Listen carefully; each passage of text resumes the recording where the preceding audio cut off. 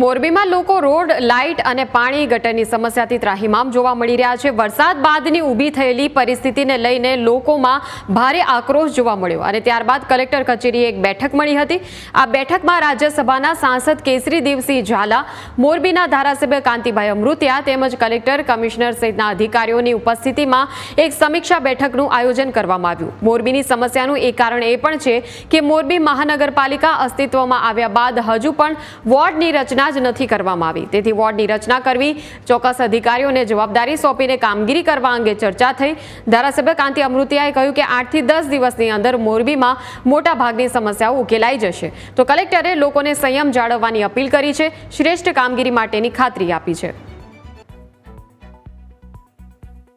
અત્યારે પ્રાથમિક જે સુવિધા ગામમાં 10-12 દિવસમાં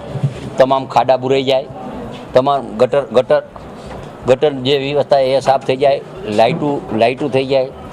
આ બધી જે વ્યવસ્થા છે એના માટે મિટિંગ કરી, લોંગ પણ ટાઈમ માટે મિટિંગ કરી, કે આ કામ કરવાના એ પણ મિટિંગ કરી અને અમારા જે તમામ કાર્યકર્તા વોર્ડ વાઇઝ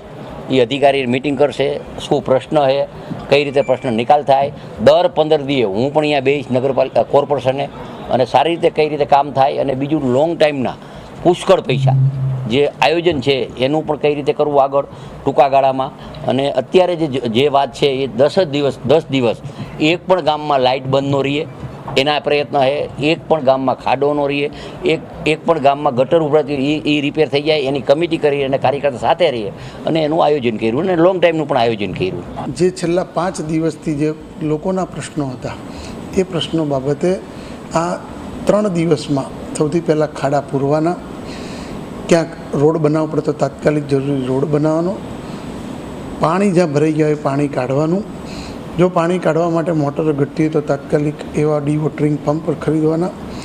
જ્યાં ગટર અને કુંડીઓ ભરાઈ જતી હોય તો ત્યાં જેટિંગ મશીન ને સુપર સકર મશીન દ્વારા કાર્યવાહી તાત્કાલિક પૂર્ણ કરાવવાની,